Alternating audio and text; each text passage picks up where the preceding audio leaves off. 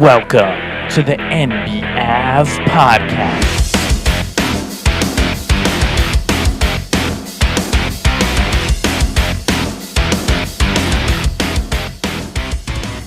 And welcome back to NBAV and the NBA Avenue podcast. To start us off, we had the New York Knicks, and they were the victim of some of the worst refereeing that I have seen all year, and that's saying quite a lot. You know, I'm not a show who really likes to talk very much about the referees because I could ramble on and complain, and that's not really something that's exciting to hear. Right? When I listen to other shows, I don't want to hear just a bunch of endless complaining. I want to hear about the game. I want to hear some analysis. I want to hear about the players, the teams, the trades, the coaching. That's what I want to hear about. And that's what I like to give over. But in this case, I'll tell you the way I was watching the game. I was in a room with some other people. So to be polite, I had the game on low. I had the sound completely off at the end of the Knicks versus the Rockets game in Houston. So I'm watching the game. Sound is off.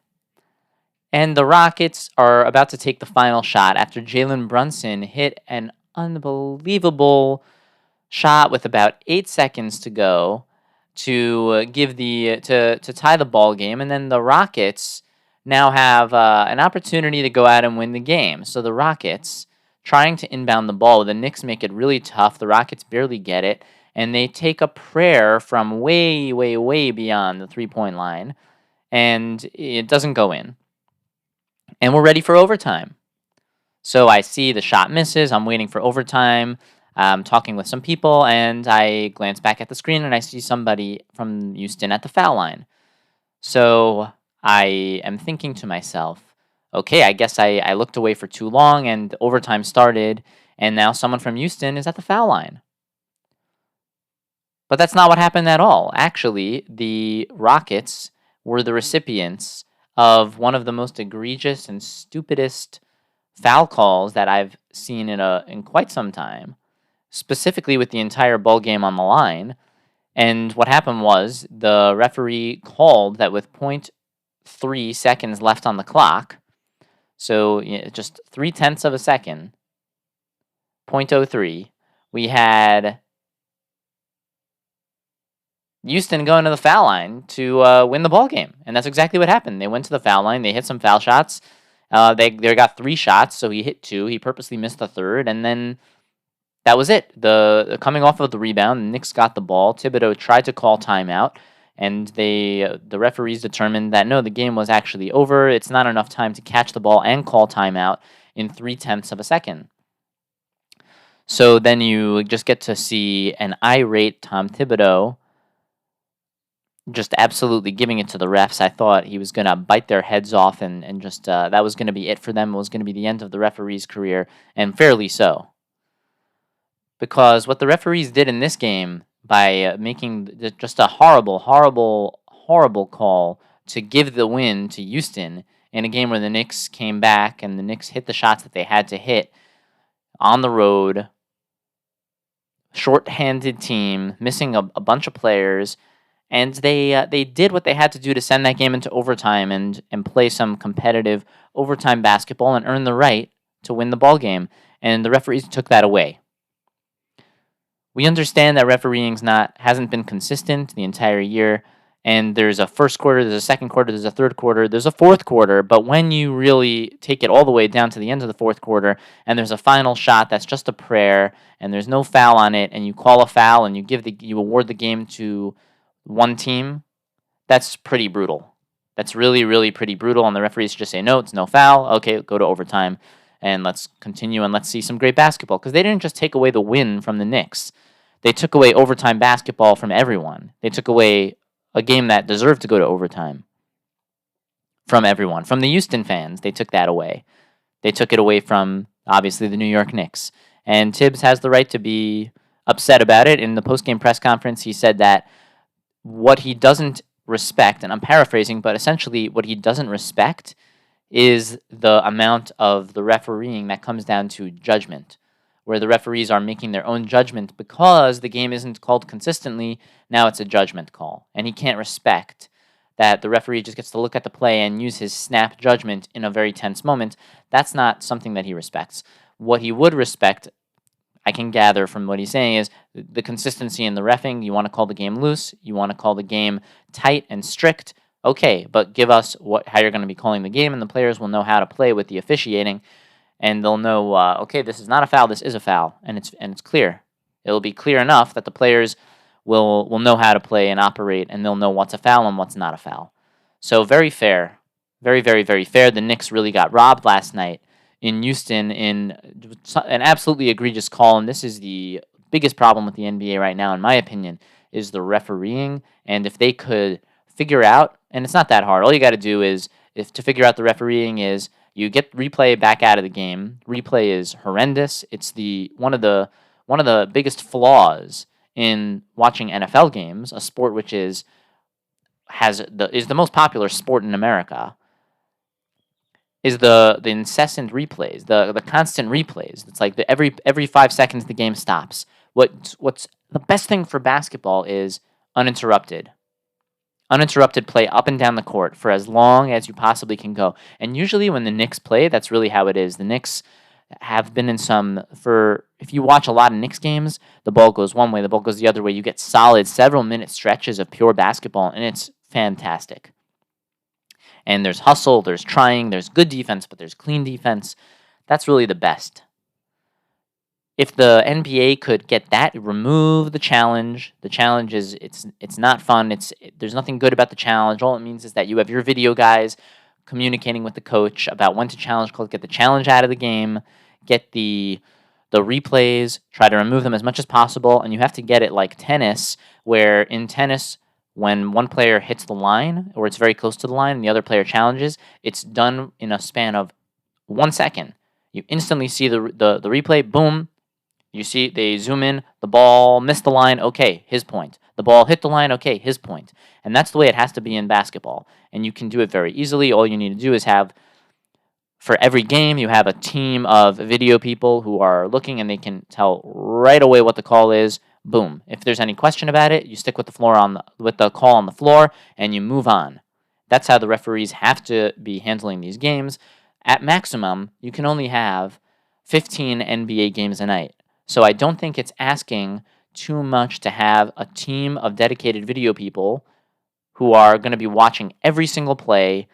And when there's a question about a call, you go to that camera, boom, okay, done. Continue playing. And it should take all of 2 seconds. The more constant flow of basketball you have, the better it is for the game, the better it is for the fans, and everyone will enjoy it so much more. But that's enough for the rant. The Knicks definitely deserve to go to overtime, and they didn't get that luxury last night. Last night as a whole, which is, I'm coming to you on February 13th, 2024, so we're reviewing the 2, 4, 6, 8, 10 games of basketball from the night of February 12th, 2024. And it was a night where, in a lot of ways, it was opposite night. The teams that you thought would win did not win. And it was a reminder that this is the NBA. You don't win games in the NBA based on merit. You don't win games based on roster or record. You have to bring it every single night, or somebody else will. The other team is getting paid too. And you're going to lose if you don't bring it every single night. You'll get embarrassed. Your fans will boo you. This is a dog-eat-dog sport.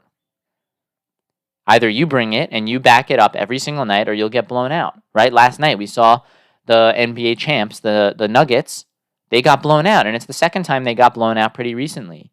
If you do not bring it every single night and you don't execute, if you turn the ball over, you're going to lose. And that's just the way it is.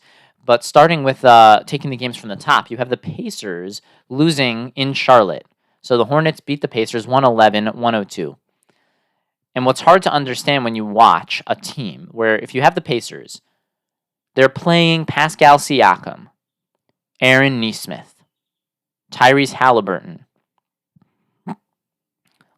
All of these guys are on the floor together, but yet in the first half of the ball game, they're giving up layups and dunks like a turnstile. How can that happen? The Pacers, for the team that they roll out there, they should really be the best defense in the NBA.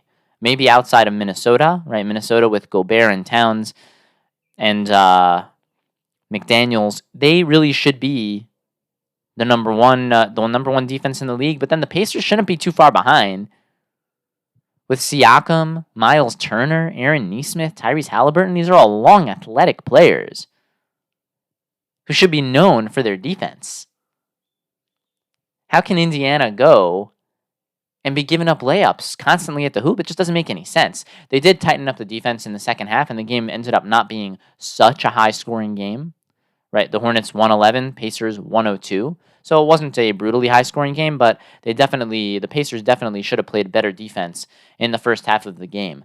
And this wasn't really even a case where the Hornets used Micic a ton, and Micic had an unbelievable game, and he sliced and diced them. Micic didn't do too much in the game. He only had one bucket the entire game, which was all the way at the end of the game on a very nifty, timely drive to the hoop where he faked everyone out. Everyone thought that he was going to pass the ball, and he held on to it. I actually thought in real time it was a travel, but upon looking back and slowing it down, it was just a very, very crafty move. And that's something that EuroLeague players bring to the league. Like Manu Ginobili was one of the craftiest NBA players that I'd ever seen, and most likely one of the craftiest NBA players of all time in the way that he finished layups and took angles and got to the hoops. It was very, very, very exciting. And Micic brings a little of that, but it wasn't really a big Micic game. So the Hornets just getting buckets from a little bit from everybody last night, a little bit from Grant Williams and others, and they upset the Pacers at home in Charlotte.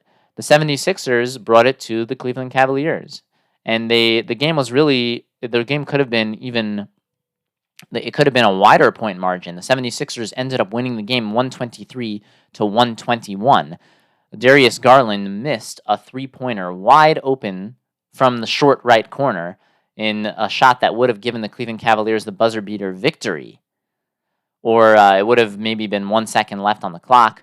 But the only guy who was really keeping it close at the end of that ball game was Donovan Mitchell. And he's the reason why the Cavaliers had won 9 in a row and why it was their second really long win streak in a short span of time. And why the Cleveland Cavaliers are in the 2 seed and they're the hottest team in the NBA. It's because of Donovan Mitchell. Darius Garland just came back, and he missed a couple of threes. I think he hit 1 3 maybe in the final few minutes, but he missed a bunch. And he hasn't really been part of this upward trajectory for the Cavaliers. I thought it was a good opportunity to trade Garland at the deadline and just invest in building this team around Mitchell. But there's a lot of talk about Mitchell and not wanting to be in Cleveland anyway, so who knows what Cleveland has planned for Mitchell or for Garland. At least with Garland, they have a player who wants to stay there, so perhaps that could be part of the mindset behind not trading Garland. But the 76ers and Tyrese Maxey able to bring it along with Buddy Hield coming up with a very important 18 points in the game. He had a bad turnover at the end of the game, but it didn't end up costing them with Garland missing the final shot. So the 76ers come away with a much-needed victory, 123-121. And the 76ers are right there in the 5th seed. They won their last 2 games miraculously, and that keeps them only only a half a game behind the New York Knicks. The Knicks are in 4. They've lost 3 games in a row now, with a bunch of their players missing. So the Knicks are in 4, and the Sixers are in the 5 seed. So Sixers, very good job winning their last 2 ball games. Then you have the Bulls going against the Atlanta Hawks, and the Bulls win 136-126 in Atlanta. And what the Hawks have a problem with is that they are a very good offensive team, or at least a good offensive team when they're playing well. Between Trae Young and DeJounte Murray, who's playing much, much better. But they are just like a strainer. Everything goes through. Everything goes through on defense. It's just a horrible, horrible defense from them. And they shouldn't be as bad of a defense as they are. Trae Young is one player. And DeJounte Murray should be a good defender. Right? Who do they have? Okongwu, right? Sadiq Bey. I'm saying these guys can play good defense. Clint Capella. You got to bring a better defensive effort. The Bulls score 136 points on you. That's how you lost the game. You didn't lose because you only scored 126. You lost because you gave up 136. That's the problem. The problem is the Atlanta Hawks defense. And if they can play a little bit better defense, they can outscore a lot of the teams on any given night. they've shown that they play up to competition and they play down to competition. Tonight they played down to the Bulls.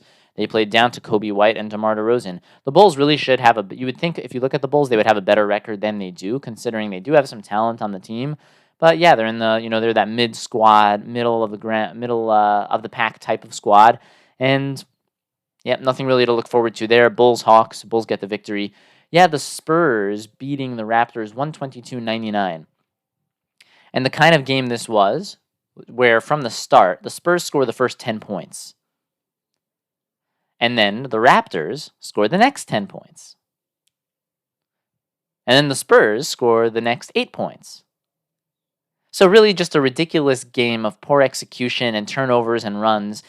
Just an extremely boring game to watch. It's hard to watch Raptors games when they're not executing on offense. It's really, really hard. They're one of the most boring teams, if not the most boring team in the league to watch. And, just having Victor Wembanyama is not enough for me to tune in to watch the entire game. So I saw the way that game started, and then I kind of tuned out of it. Yes, I understand Victor is an exciting prospect of what he could do in the future when he really figures everything out, but I'm not just tuning in to watch his highlight reel. I could watch that on YouTube afterwards. Spurs versus Pacers, not going to do it for me. I tuned out of that one. Then you have the Pelicans beating the Grizzlies 96-87. The Grizzlies had to play this one without Gigi Jackson, who at this point is the second best player on their team. You have Jaren Jackson, who's their number one guy with all of their missing players. He scored 22 points. He did his thing. And then on the other side, you're missing Gigi Jackson. So you really can't expect anything from the Grizzlies missing their second best player. They lose to the Pelicans. Pelicans playing good basketball right now, or at least good enough to get another victory. How many is that in a row for New Orleans? I think that's a couple of ball games in a row. Yes, 2 in a row after they lost to the Lakers. So Pelicans moving in the right direction. They are still firmly in the 5 seed. They are 4 games back from the Nuggets in the 4 seed, and they're half a game up on Phoenix and a full game up on the Kings and the Mavericks. So they're in there. They're at 5, and they're slightly maintaining their lead with these last 2 victories. Then you have the Bucks beating the Nuggets. They really just ran away. The Bucks ran away with that ball game really early in those strange blue uniforms on the blue court. Not sure what was up with all of the blue from Milwaukee. It was a little bit unnerving to watch them in that color. And while the Nuggets are typically the darker, bluer color, but the Nuggets, it's their second time in a very short period of games where they got blown out. I believe the other one was from OKC, and now they get blown out by Milwaukee, 112-95. The game was a little closer than it actually was. It really could have been even a wider margin that the Bucks won by, but the Nuggets closed and made it a little bit closer, only losing by 12. The Bucks played well. I believe they're undefeated with Pat Beverly, so I think that's 3 in a row, 3-0 since Pat Beverly joined the team. So that was exactly what it's actually it's only 2 victories in a row. What happened with Milwaukee? Let's just look back. Milwaukee just beat the Nuggets, and then they beat the Hornets in the previous game. And when they played the game against the Timberwolves, Pat Beverly was not there yet. Okay, fine. So it's 2 games in a row since the arrival of Pat Beverly. It's hard to know when players started to play with the trade. It takes time for them to come over. So the last 2 victories, the Bucks undefeated 2-0 with Pat Bev, and that was what I mentioned before the Pat Bev trade, because the Bucks had lost, I believe, 3 in a row before Beverly joined the team. And that set us up for a great position where Pat Beverly can come in, and if the Bucks keep losing, then it's a slap in the face to Beverly. But if the Bucks start winning games, now suddenly you have Pat Beverly who could take a lot of credit and say, hey, this ain't the Giannis era. This is the Pat Beverly era. And of course, I'm saying that jokingly. This is the Giannis era, of course, in Milwaukee, and it will be for some time. But Pat Beverly can come in and say, hey, I am the difference in the tenacity, the defense, and the mentality between us winning and losing. And they've also been getting some really nice production from this A.J. Green. I know when you think A.J. Green, you definitely think of the football player who played most of his career for Cincinnati, A.J. Green, but no, this is a different A.J. Green. So you have Matt Ryan, who is a good three-point shooter who plays now for the Pelicans, and you have A.J. Green, who's a good three-point shooter who now plays for the Milwaukee Bucks. So you have a couple of football guys coming over to the NBA and going two-sport athlete here. So A.J. Green hitting 3 3-pointers for 9 points, and he had a game where he had 27 recently. So AJ Green looking to be a nice bright spot. You always can use someone who is reliable, reliable shooter from 3-point range. No matter how poor the defense is, right? We've learned that from guys like Duncan Robinson, even Davis Bertans. When he's hitting his threes, he's a productive guy. And that was how he got paid his big contract. Then we talk about the New York Knicks losing to the Rockets and just really what was a shame with the reffing at the end of the game, but we already went through that. You have the Mavericks in a close game against the Wizards, but pulling away at the end, 112-104. You had Denny on the Wizards side, Denny Avdia trying to will the Wizards to a victory, but to no avail. The Mavericks are the better team, and they did what they had to do down the stretch with Luka, Kyrie, and Co. You have the Warriors winning their 5th ball game in a row, 5 victories in a row, and they're still only in the 10th seed. That shows you just how far back the Warriors actually were. They overtook the Jazz in the last couple of games, but they're still only in the 10th seed. They're half a game back from the Lakers, who are at 9, and then they are another 3 games. The Lakers are 3 behind the Mavericks for the 8. So Warriors still have quite a bit of work to do, but you win 5 games in a row. You got to feel really good about yourselves. They handled business against the Jazz, who sent a bunch of their players away at trade deadline. 129-107. Steph Curry, absolutely unreal the way he shoots his 3-pointers. Still the best show on television. You have 25 from Steph. You have 26 from Clay, a good bounce-back game from him. With everything that's been going on with his suspect play recently, you have Gary Payton, the sprinkler. They call him the small glove, or whatever they say about the glove in reference to his father, but I refer to him as the sprinkler because you never know where he's going to pop up. You have 11 from him, 11 from Trace Jackson Davis. You have 12 from Draymond Green, along with 8 assists and 9 rebounds, a real complete Draymond Green night. Jonathan Kuminga chipping in with 14, and Andrew Wiggins chipping in with 17, and another 10 from Pajemski. So just an all-around game from the Warriors. Great job, 129-107. And then you have the Timberwolves pulling away from the Clippers with a massive third quarter, and that really did it, 121-100. The Clippers didn't get the memo that when you go against the Timberwolves, what you have to do is the game has to be close in the final few minutes. Then the Timberwolves start to sink down, and the game becomes... it becomes a game where you can easily steal it from the Timberwolves because they don't execute well down the stretch. But if you let the Timberwolves run away with it, yeah, of course, you can't come back 20 points in the final few minutes. So the Timberwolves do a good job. Their best path to victory is blowing other teams out because in close games, that's where the Timberwolves start to bite themselves in the butt. That's where they start to lose these games. But when they can run away with it, like they did last night against the Clippers, a great victory for them. So the Timberwolves still at number 1 in the East. Timberwolves at 1, and then you have the Thunder at 2, 1 game back, and then you have the Clippers and the Nuggets at a game and a half back in the 3 and 4 seed. So let's take a look at what we have coming up on the docket for tonight. We have 6 games of basketball on a Tuesday night. You have first, the Celtics are going to go on the road and play the Nets. They're going to be playing the Nets back-to-back here. So a really, really forgiving schedule for the Boston. They're already the 1 seed, and now they get to go play back-to-back. The first game is going to be in Brooklyn, and then they're going to play tomorrow night in Boston. So the Celtics should be able to handle business tonight and tomorrow night. They definitely have the schedule gods on their side right now. Celtics versus Nets. Look for the Celtics to win, of course. Then you have the Oklahoma City Thunder going to Orlando to challenge the Magic.